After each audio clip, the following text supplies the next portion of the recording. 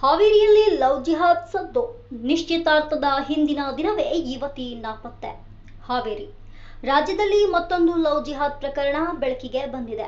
ಹಾವೇರಿಯಲ್ಲಿ ಯುವತಿಯೊಬ್ಬಳು ತನ್ನ ನಿಶ್ಚಿತಾರ್ಥದ ಹಿಂದಿನ ದಿನವೇ ನಿಗೂಢವಾಗಿ ನಾಪತ್ತೆಯಾಗಿರುವ ಘಟನೆ ನಡೆದಿದೆ.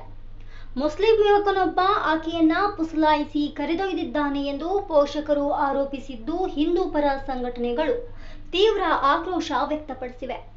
ಪ್ರಕರಣದ ವಿವರ: ಹಾವೇರಿ ಜಿಲ್ಲೆ ಹಾನಗಲ್ ತಾಲೂಕಿನ ಶಂಕ್ರಿಕೊಪ್ಪ ಗ್ರಾಮದ ಶಂಕರಮ್ಮ ಕೆರಿಮತ್ತಳ್ಳಿ ಎಂಬ ಯುವತಿ ಕಳೆದ ರಾತ್ರಿ ಮನೆಯಿಂದ ಕಾಣೆಯಾಗಿದ್ದಾಳೆ.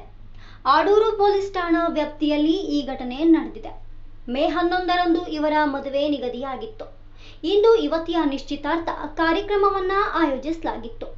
ಆದರೆ ನಿಶ್ಚಿತಾರ್ಥಕ್ಕೂ ಕೇವಲ ಒಂದು ದಿನ ಮೊದಲ ರಾತ್ರಿ ಶಂಕ್ರಮ್ಮ ಕಾಣೆಯಾಗಿದ್ದಾಳೆ.